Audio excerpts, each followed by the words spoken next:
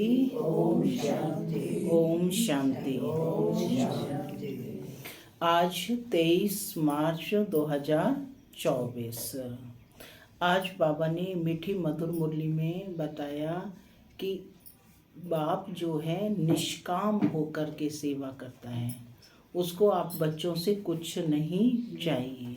तो बाबा कहता ऐसे ही तुम्हें भी अनासक्त भाव से, किसी लोभ मोह आदि के वश न होकर तुम्हें भी सेवा करनी है। कल कहा ना कि स्व परिवर्तन से ही विश्व परिवर्तन होगा। तो बच्चे कौन है? स्व का भी कल्याण करना है और विश्व का भी कल्याण करना है। तो जैसे बाप हम बच्चों की निष्काम होकर के सेवा करते हैं, ऐसे ही हम बच्चों को भी बाप समान बनना है। और बाप कौन है? गरीब निवाज है।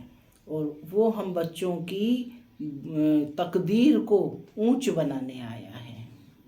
तो के बाबा ने उसका बताया फार्मूला कि सब कुछ करते हुए, सब कुछ संभालते हुए निमित्त बन करके रहना है, ट्रस्टी बन करके रहना है, तो तुम्हारी तकदीर ऊंची हो जाएगी। देखो दुनिया में भी लोग क्या कहते हैं, ये सब किसका है? भगवान का है। सिर्फ कहते हैं, मानते नहीं है। लेकिन बाबा ने यहाँ कहा कि तुम्हें घर गृहस्थ में रहते हुए भी ट्रस्टी बनकर रहना है। और जो कुछ खा रहे हो, पी रहे हो, है ना, जो भी परवरिश हो रही है, ऐसा समझो कि वह शिव बाबा के भंडारे से हो रही है। लेकिन उसको पहले प्रभु अर्पणम का भाव होना चाहिए ना, कि ये सब परमात्मा के, मैं तो निमित्त हूँ बस, है ना।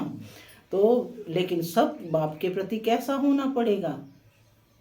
सच बतलाना पड़ेगा ना। तो ये सब चीज़ें बाबा कहते हैं हमारी तकदीर को ऊंचा बना देती हैं। सुनते हैं डायरेक्ट ईश्वरीय महावाक्य। बाबा कहते मीठे बच्चे, जैसे बाप और दादा दोनों ही निरहंकारी हैं। बाप और दादा दोनों ही निरअहंकारी हैं, निष्काम सेवा करते हैं, अपने लिए कोई लोभ नहीं है। ऐसे तुम बच्चे भी बाप समान बनो। क्या कहा बाबा ने? मीठे बच्चे, जैसे बाप और दादा दोनों ही निरहंकारी हैं, निष्काम सेवा करते, अपने लिए कोई लोभ नहीं है, ऐसे तुम बच्चे भी बाप समान बनो। प्रश्न है, गरीब निवाज बाप गरीब बच्चों की तकदीर किस आधार पर ऊंच बनाते हैं? गरीब निवाज बाप गरीब बच्चों की तकदीर किस आधार पर ऊंच बनाते हैं? बाबा कहते बच्चे घर में रहते सब कुछ संभालते, सदा बुद्धि से यही समझो कि यह सब कुछ बाबा का है। घर में रहते सब कुछ संभालते, सदा बुद्धि से यही समझो कि यह सब कुछ बाबा का है। ट्रस्टी होकर रहो तो तकदीर ऊंची बन जाएगी। इसमें बहुत सच्चाई चाहिए, पूरा निश्चय हो तो जैसे यज्ञ से पालना होती रहेगी। घर में ट्रस्टी हो, शिव बाबा के भंडारे से खाते हो, है ना। कैसा समझना है कि घर में ट्रस्टी हो, शिव बाबा के भंडारे से खाते हैं। बाबा को सब सच बतलाना पड़े। ओम शांति। मैं आत्मा शांत स्वरूप हूँ, शांति मेरा स्वधर्म है। बाबा कहते भक्ति मार्ग के सत्संगों से, ये ज्ञान मार्ग का सत्संग विचित्र है। तुमको भक्ति का अनुभव तो है, सबने भक्ति की है ना, भक्ति का अनुभव तो है। जानते हो कि अनेकानेक साधु संत भक्ति मार्ग के शास्त्र आदि सुनाते हैं। यहाँ तो बिल्कुल ही उनसे अलग है। यहाँ तुम किसके सामने बैठे हो? किसके सामने बैठे हो? डबल बाप और माँ के सामने। वहाँ तो ऐसे नहीं है। तुम जानते हो यहाँ बेहद का बाप भी है, मम्मा भी है, तो छोटी मम्मा भी है। छोटी मम्मा कौन? मम्मा, बड़ी मम्मा ब्रह्मा बाबा और छोटी मम्मा सरस्वती है ना, छोटी मम्मा भी है। इतने सब संबंध हो जाते हैं। वहाँ तो ऐसा कोई संबंध नहीं है, ना कोई वे फॉलोअर्स ही हैं। वो तो है निवृत्ति मार्ग, उनका धर्म ही अलग है, तुम्हारा धर्म ही अलग है। रात दिन का फर्क है, यह भी तुम जानते हो। लौकिक बाप से अल्पकाल का क्षण भंगुर सुख एक जन्म के लिए मिलेगा, फिर नया बाप नई बात, दूसरे जन्म में नया बाप मिलेगा, नई बात। यहाँ तो लौकिक भी है, पारलौकिक भी है और फिर अलौकिक भी है। 3 बाप है ना, लौकिक, पारलौकिक और कौन है अलौकिक बाप? ब्रह्मा बाबा ना। लौकिक से भी वर्षा मिलता है और पारलौकिक से भी वर्षा मिलता है। बाकी अलौकिक बाप है वंडरफुल, इनसे कोई वर्षा नहीं मिलता है। हाँ, इनके द्वारा शिव बाबा वर्षा देते हैं, इसलिए उस पारलौकिक बाप को बहुत याद करते हैं, लौकिक को भी याद करते हैं। बाकी इस अलौकिक ब्रह्मा बाप को कोई याद नहीं करते। तुम जानते हो यह है प्रजापिता। यह कोई एक का पिता नहीं है, यह कोई एक का पिता नहीं है। Prajapita great great grand father है, माने आदि है ना वो सबका। शिव बाबा को ग्रेट ग्रेट ग्रैंड फादर नहीं कहते। लौकिक संबंध में लौकिक फादर और ग्रैंड फादर होता है, और यह है ग्रेट ग्रेट ग्रैंड फादर। ऐसे ना लौकिक को ना पारलौकिक को कहेंगे। अब ऐसे ग्रेट ग्रेट ग्रैंड फादर से फिर वर्षा मिलता नहीं। ये सब बातें बाप बैठ समझाते हैं। भक्ति मार्ग की तो बात ही न्यारी है। बाबा ड्रामा में वह भी पार्ट है जो फिर चलता रहेगा। बाप बतलाते हैं तुमने कैसे 84 जन्म लिए हैं, 84 लाख नहीं। अब बाप आकर अभी सारी दुनिया और हमको राइटियस बनाते हैं। इस समय धर्मात्मा कोई बनता नहीं, पुण्य आत्माओं की दुनिया ही दूसरी है। ये जहाँ पाप आत्माएं रहती हैं वहाँ पुण्य आत्माएं नहीं रहती। माने एक म्यान में 2 तलवारें नहीं समा सकती। तो बाबा ने बताया कि जहाँ पाप आत्माएं रहती हैं वहाँ पुण्य आत्माएं नहीं रहती। यहाँ पाप आत्माओं को ही दान पुण्य करती हैं। पुण्य आत्माओं की दुनिया में दान पुण्य आदि करने की दरकार ही नहीं रहती। वहाँ यह ज्ञान रहता नहीं कि हमने संगम पर 21 जन्मों का वर्षा लिया है। नहीं, यह ज्ञान यहाँ बेहद के बाप से तुमको ही मिलता है, जिससे 21 जन्मों के लिए सदा सुख, हेल्थ, वेल्थ सब मिल जाता है। वहाँ तुम्हारी आयु बड़ी होती है। कितनी बड़ी होती है? नाम ही है अमरपुरी। सतयुग का नाम क्या है? अमरपुरी। कहते हैं कि शंकर ने पार्वती को कथा सुनाई। सूक्ष्म वतन में तो ये बातें होती नहीं, सो भी अमर कथा एक को थोड़े ही सुनाई जाती है। माने अमर बनने की कथा सुनाई जा रही है। तो विचारणीय प्रश्न है कि क्या एक को ही बैठ करके सुनाएंगे? तो सब कौन हो? पार्वती, पार्वतन की रहने वाली। तो कहते हैं शंकर ने पार्वती को कथा सुनाई। सूक्ष्म वतन में तो ये बातें होती नहीं, सो भी अमर कथा एक को थोड़ी ही सुनाई जाती है। यह है भक्ति मार्ग की बातें जिस पर अभी तक खड़े हैं। सबसे बड़ा गपोड़ा है कि ईश्वर को सर्वव्यापी कहना। सबसे बड़ा गपोड़ा है ना ये, कि ईश्वर को सर्वव्यापी कहना। ये डिफेम करते हैं। बेहद का बाप तो तुमको विश्व का मालिक बनाते हैं, उनके लिए कहते हैं सर्वव्यापी है। ठिक्कर भीतर में है, कण कण में है, अपने से भी जास्ती ग्लानि कर देते हैं। मैं तुम्हारी कितनी निष्काम सेवा करता हूँ, तुमने मेरी इतनी ग्लानि की, मैं फिर भी तुम्हारी निष्काम बिना कुछ इच्छा के सेवा करता हूँ। मुझे कुछ भी लोभ नहीं है। देखो बाबा कैसे कह रहे हैं कि मुझे कुछ भी लोभ नहीं है कि पहला नंबर बनूं। नहीं तो क्या सोचे कि मैं पहला नंबर बनूं।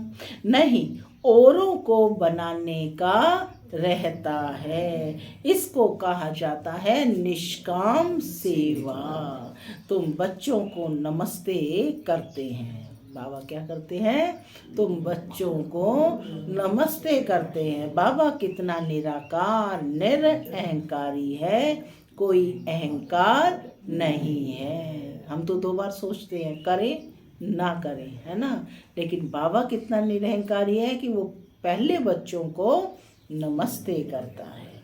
कपड़े आदि भी वही हैं, कुछ भी बदला नहीं है। नहीं तो वो लोग सारी ड्रेस बदली करते हैं, इनकी ड्रेस वही साधारण है। ब्रह्मा बाबा का बता रहे हैं इनकी वही ड्रेस साधारण है। ऑफिसर्स की ड्रेस भी बदलाते हैं, इनकी तो वही साधारण पहरवाइश है, कोई फर्क नहीं है। बाप भी कहते हैं कि मैं साधारण तन लेता हूँ। वह भी कौन सा? जो खुद ही अपने जन्मों को नहीं जानता है कि हम कितने पुनर्जन्म लेते हैं। वह तो 84 लाख कह देते हैं, सुनी सुनाई बातें हैं। बाबा कहते हैं इसमें कुछ फायदा नहीं। डराते हैं कि ऐसा काम किया तो गधा कुत्ता आदि बनेंगे, गाय का पूंछ पकड़ने से तर जाएंगे। अब गाय कहाँ से आई? पूछ रहे हैं कि अब गाय कहाँ से आई? स्वर्ग की गाय ही अलग होती हैं, वहाँ की गायें बहुत फर्स्ट क्लास होती हैं। जैसे तुम 100% संपूर्ण, तो गायें भी ऐसी फर्स्ट क्लास होती है। देखो रईस व्यक्ति होते हैं, उनका फर्नीचर भी कैसा होता है? फर्स्ट क्लास होता है। तो जब सतो प्रधान 16 कला संपूर्ण मनुष्य देवता होंगे तो उनके जो प्राकृतिक वातावरण है वो भी कैसा होगा? वहाँ पशु पक्षी भी कैसे होंगे? कोई भी गंध फैलाने वाले नहीं होंगे। वहाँ भैंस होगी? नहीं होगी। कभी दिखाया है भैंस श्री कृष्ण के साथ? गाय दिखाते हैं फर्स्ट क्लास। मक्खी मच्छर होंगे? कुछ नहीं होंगे। ऐसे जीव जंतु जो मतलब निम्न कोटि के हैं, जो गंध फैलाते हैं, इस तरह के वहाँ पर नहीं होंगे। तो कहा कि वहाँ की गाय बहुत फर्स्ट क्लास होते हैं। जैसे तुम 100%, माने जैसे मनुष्य वैसी प्रकृति होगी। प्रकृति भी, वन्य जीव जंतु भी सतो प्रधान होंगे।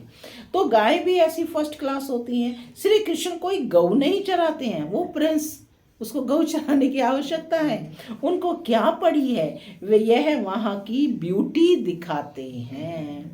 मैंने श्री कृष्ण के माध्यम से वहाँ की ब्यूटी दिखाई कि वहाँ के गाय भी कैसी फर्स्ट क्लास होती है। बाकी ऐसे नहीं है कि श्री कृष्ण ने कोई गौ में पाली है, श्री कृष्ण को ग्वाला बना दिया है।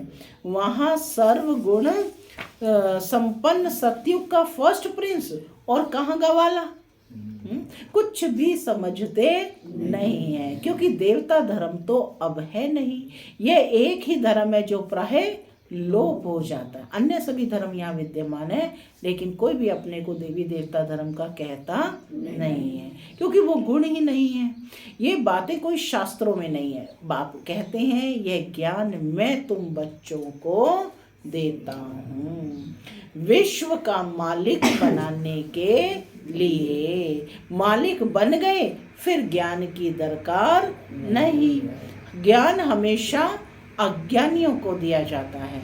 गायन है कि ज्ञान सूर्य प्रकटा, अज्ञान अंधेर विनाश।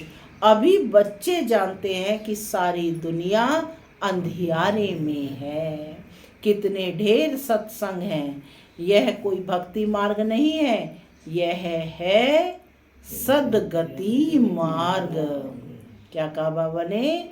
ये कोई भक्ति मार्ग नहीं है, ये है सदगति मार्ग। माने सबकी सत्य गति। सदगति माना सबकी वास्तविक गति होती है। एक बाप ही सदगति करता है। तुमने भक्ति मार्ग में बहुत पुकारा है कि आप आएंगे तो हम आपके ही बनेंगे। आप बगैर दूसरा ना कोई। बगैर कहते कि आप बगैर दूसरा ना कोई, क्योंकि आप ही ज्ञान का सागर, सुख का सागर, पवित्रता का सागर, संपत्ति का सागर हो। संपत्ति भी देते हैं ना, कितना माला माल कर देते हैं। तुम जानते हो कि हम शिव बाबा से 21 जन्मों के लिए झोली भरने आए हैं। कितना कमाते हैं? 21 जन्मों के लिए भरपूर हो जाते हैं। तो बाबा कहते कि अर्थात नर से नारायण बनते हैं। भक्ति मार्ग में कथाएं तो बहुत सुनी, सीढ़ी नीचे उतरते ही आए हैं। चढ़ती कला कोई की हो ना सके। कल्प की आयु भी कितनी लंबी चौड़ी कर देते हैं। ड्रामा के ड्यूरेशन को लाखों वर्ष कह देते हैं। अब तुमको पता पड़ा है कि कल्प है ही 5000 वर्ष का। मैक्सिमम है 84 जन्म और मिनिमम है 1 जन्म। पीछे आते रहते हैं, निराकारी झाड़ है ना। फिर नंबर बार आते हैं पार्ट बजाने। असल में तो हम निराकारी झाड़ के हैं। फिर वहाँ से यहाँ आते हैं पार्ट बजाने। वहाँ सब पवित्र रहते हैं। आत्माएं सब कैसी रहती हैं? वहाँ पवित्र रहते हैं, बीज रूप में पवित्र रहते हैं। जैसे फर्स्ट क्लास बीज रखते हैं, है ना, तो ऐसे ही आत्माएं भी परम धाम में बिल्कुल पावन होकर रहती हैं। परंतु पार्ट सबका अलग अलग है। ये बुद्धि में रखो। बाबा कहते इस ज्ञान को अच्छे से समझो कि ये बुद्धि में रखो कि पार्ट सबका अलग अलग है। वहाँ पर आत्माएं सब पवित्र होकर रहती है, लेकिन पार्ट सबका अलग अलग है। ये बुद्धि में रखो। झाड़ भी बुद्धि में रखो।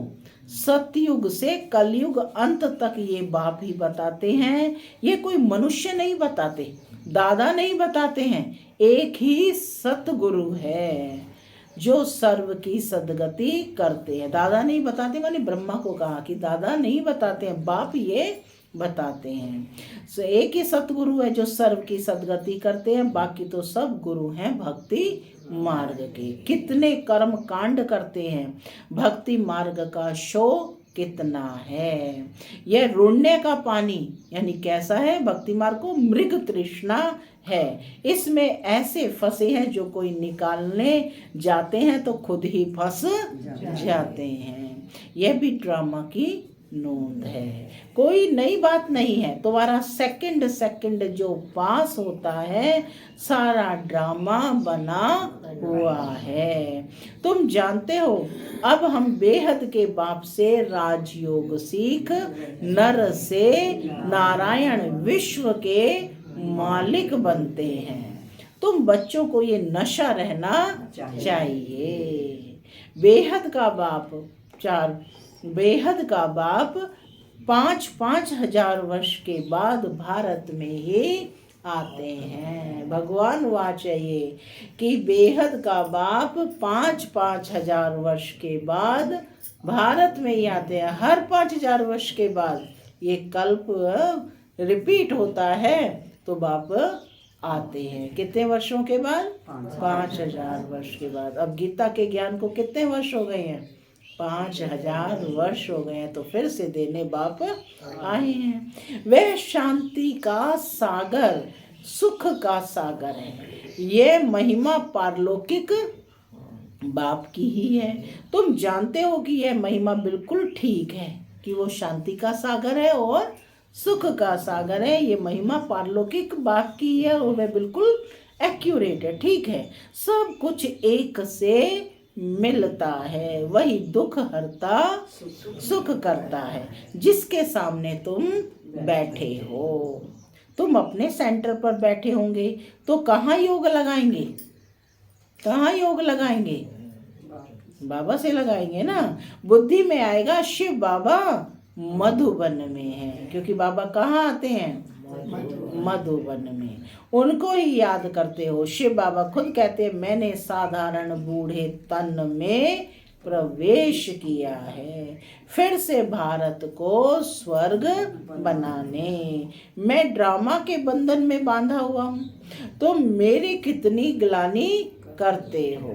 मैं तुमको पूजनीय बनाता हूँ। कल की बात है, तुम कितनी पूजा करते थे, तुमको अपना राज्य भाग्य दिया, सब गंवा दिया। बाबा ने कहा ना कि तुमको अपना राज्य भाग्य दिया और तुमने सब गंवा दिया। अब फिर तुमको विश्व का मालिक बनाता हूँ। कब किसकी बुद्धि में नहीं बैठेगा? यह है दैवी गुण वाले देवताएं। हैं तो मनुष्य, कोई 80-100 फुट लंबे तो नहीं है। सोचते हैं देवताएं बड़े लंबे चौड़े होंगे, है ना। बाबा कहते कोई 80-100 फुट वाले लंबे तो नहीं है। ऐसे तो नहीं है कि उन्हों की आयु बड़ी है इसलिए छत जितने बड़े होंगे।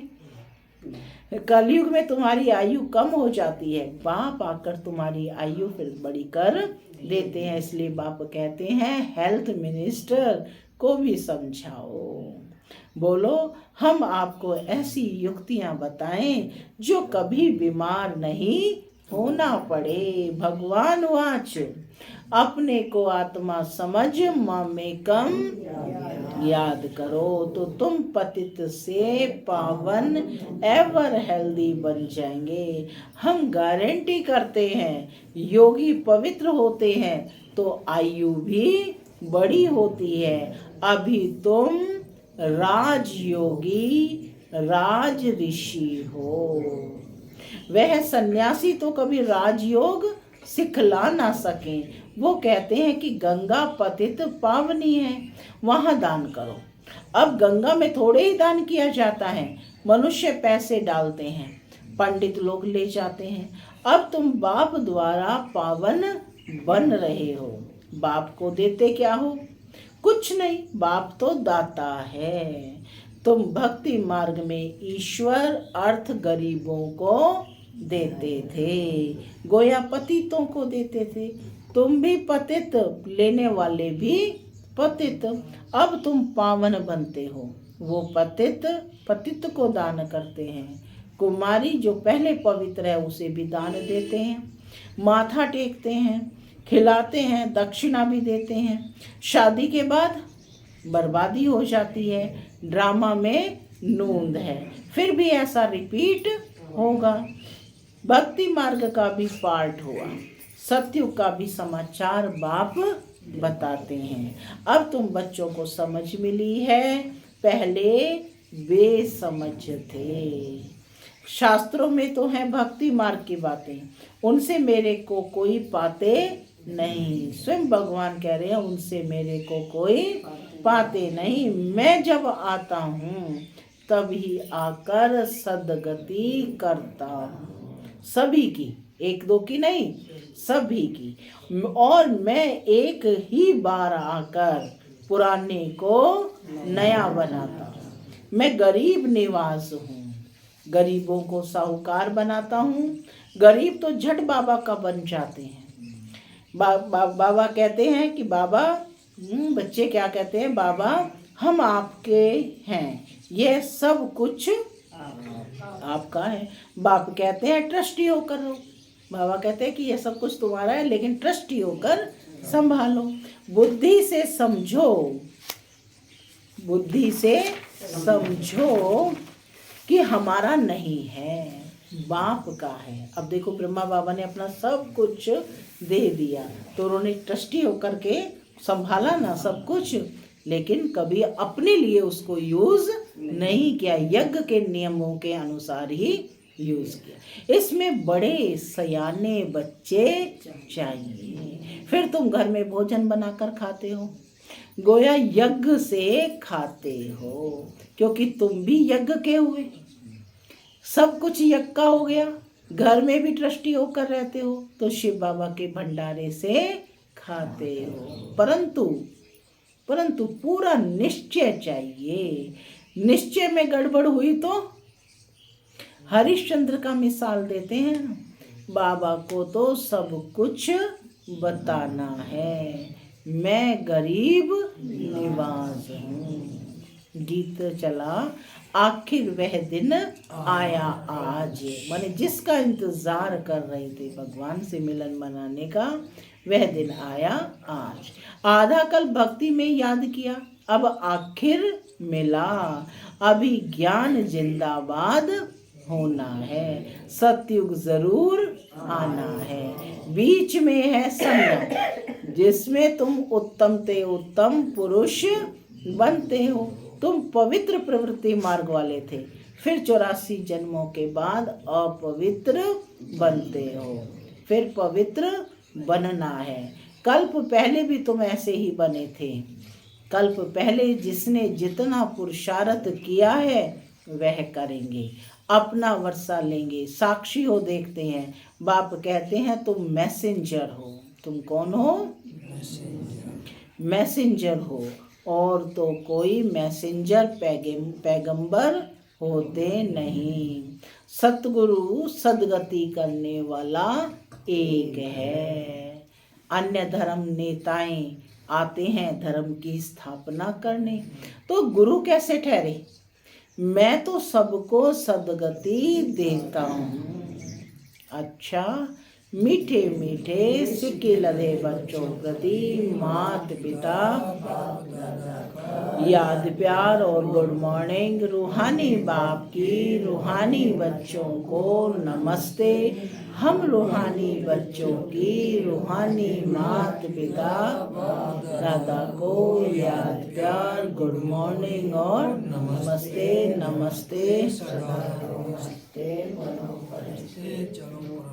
धारणा के लिए मुख्य सार पहला, सदा इसी नशे में रहना है कि शांति सुख संपत्ति का सागर बाप हमें मिला है। हमें सब कुछ एक से मिलता है, हमें सब कुछ एक से मिलता है। ऐसे बाप के हम सम्मुख बैठे हैं, वह हमें पढ़ा रहे हैं। दूसरा, अपना अहंकार छोड़ बाप समान निष्काम सेवा करनी है। निरअहंकारी होकर रहना है।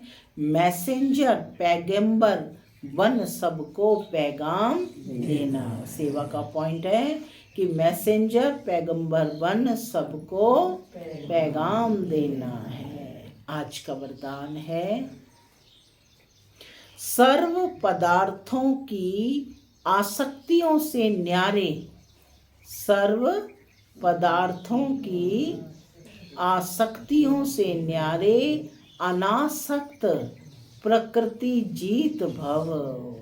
अनासक्त प्रकृति जीत भव। सर्व पदार्थों की आसक्तियों से न्यारे अनासक्त प्रकृति जीत भव। अगर कोई भी पदार्थ कर्मेंद्रियों को विचलित करता है, अर्थात आसक्ति का भाव उत्पन्न होता है, माने खिंचाव कशिश होती है, तो भी न्यारे नहीं बन सकेंगे। इच्छाएं ही आसक्तियों का रूप है। आसक्ति का रूप क्या है कि मेरी इच्छा करती है, इच्छा हो रही है, इच्छा कभी अच्छा बनने नहीं देती है। इच्छाएं आसक्तियों का रूप है। कई कहते हैं इच्छा नहीं है लेकिन अच्छा लगता है, तो यह भी सूक्ष्म आसक्ति है। इसकी महीन रूप से चेकिंग करो कि यह पदार्थ अर्थात अल्पकाल सुख के साधन आकर्षित तो नहीं करते हैं। यह पदार्थ प्रकृति के साधन हैं। जब इनसे अनासक्त अर्थात न्यारे बनेंगे तब प्रकृति जीत बनेंगे। स्लोगन है, मेरे मेरे के झमेले को छोड़ बेहद में रहो। मेरे मेरे के झमेले को छोड़ बेहद में रहो, तब कहेंगे विश्व कल्याणकारी। ओम शांति।